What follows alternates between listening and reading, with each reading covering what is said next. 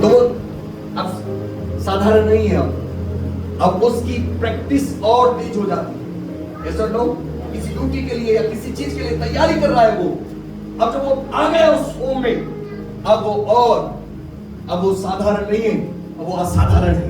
Hallelujah, आप असाधारण है। ध्यान रखना, जब तक आपने प्रभु को नहीं जाना, जब तक आपको प्रभु को अच्छी तरह से नहीं माना, ठीक है सुना था ना, लेकिन अब प्रभु को आपने बपतिस्मा के रूप में, पवित्र आत्मा की सामर्थ के रूप में आपने प्रभु को पहन लिया है।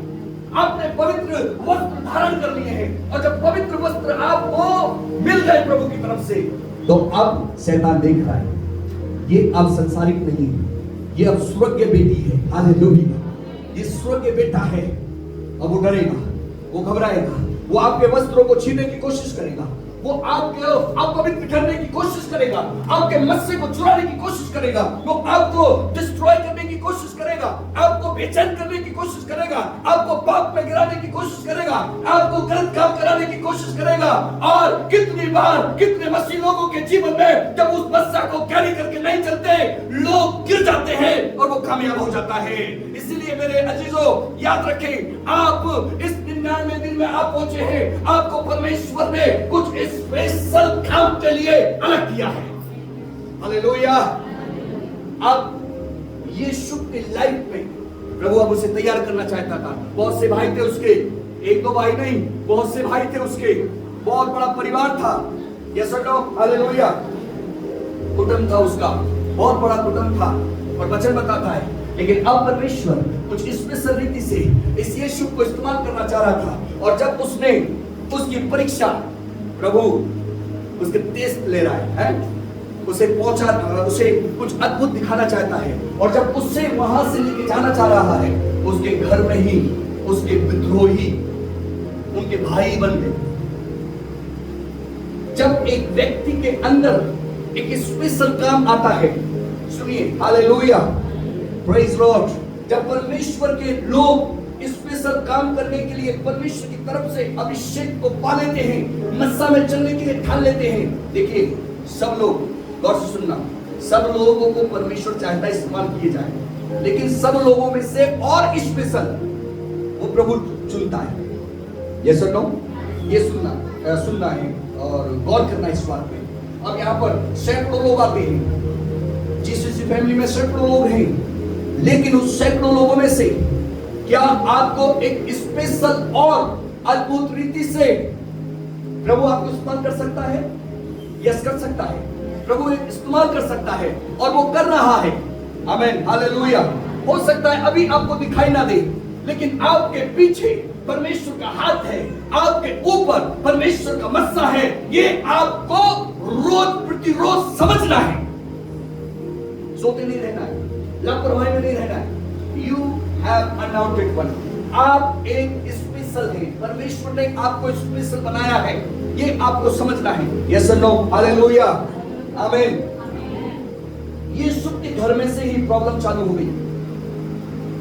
एक गहरी बात बता रहा हूं, जब एक व्यक्ति इस मस्सा को लेके चलता है, मैंने फील किया है,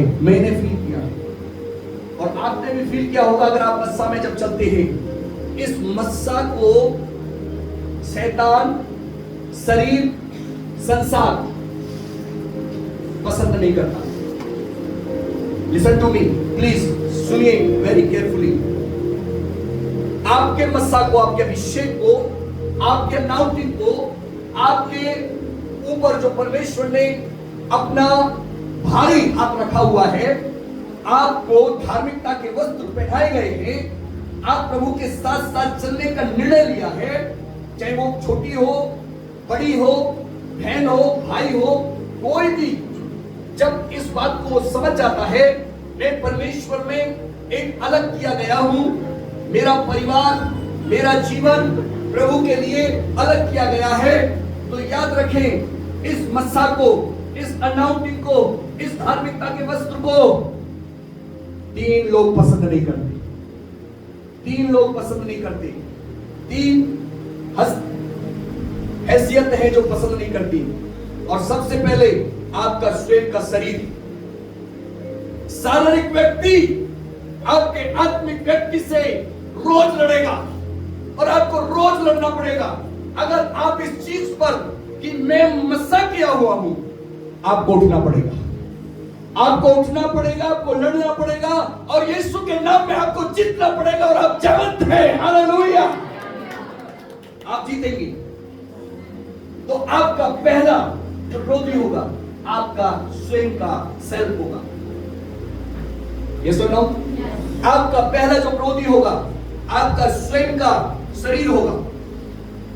इस पर आपको अपनी खुदी को, अपने आप को, जैसे पौलुस कहता है, जैसे प्रभु ने कहा है, जो कोई मेरे पीछे आए, यीशु कहते हैं, जो कोई मेरे पीछे आए, इफ एनीबॉडी फॉलो मी, कोई जबरदस्ती नहीं, लेकिन अगर कोई आना चाहता है और ये मालूम हो गया है कि वो मस्सा में है। आप मस्सा में हैं? आप मस्सा में हैं? Yes, hallelujah. अगर आप मस्सा में हैं और आपको ये मालूम है तो आपको अपने शरीर को मारना है, कूटना है, बस में करना है। अगर प्रभु आपको उठा रहा है रात के 2:30 बजे, प्रभु आपको उठा रहा है रात के 3 बजे, सुबह के 4 बजे, अगर प्रभु कह रहा है आपको, तो आपको स्वयं को समर्पण करना है। अगर आप